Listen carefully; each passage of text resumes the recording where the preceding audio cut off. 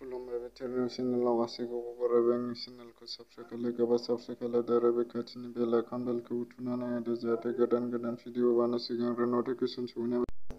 रौता जौमा फरायसालिनि लांगोनायाव रौता दख'रा बर' बाजार दख'रा आरो नोगोरबारि दख'रा बर' फरायसा आफादनि जथायै बड'लेण्ड मुलुगसोलोंसालिनि भिसि लाडु सिंहनि हेंथायै 2 घन्टा सोमावसारदों।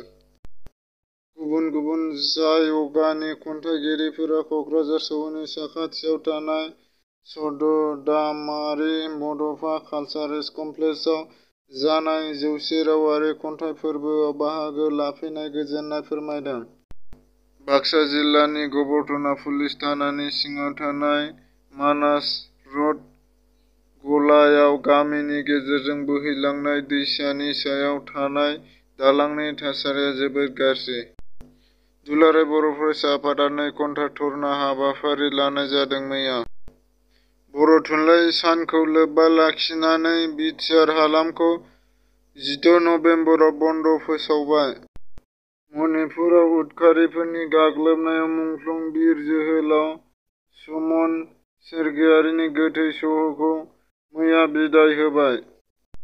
क'क्राझार जिल्लानि सिङाव थानाय कसुगाव सिड डिभिजनाव प्रजेक्ट अफार कासुलगाव ICDS प्रजेक्टनि बादायलायनायाव दाखालै मालायगुरि गामिनि जोलुर गेलेग्रा गेवलां फोथाराव चिलड्रेन डे खौ लोब्बा लाखिनानै गाजा गोमजायै खुंफुंनाय जायो।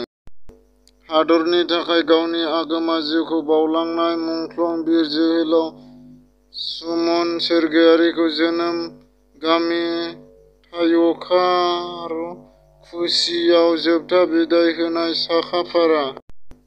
DR Ansai Bathou Basumatary associated professor Dibrugarh university बिथाङा मैया मिड एडुकेसन प्रग्राम हाबाफारि लायो।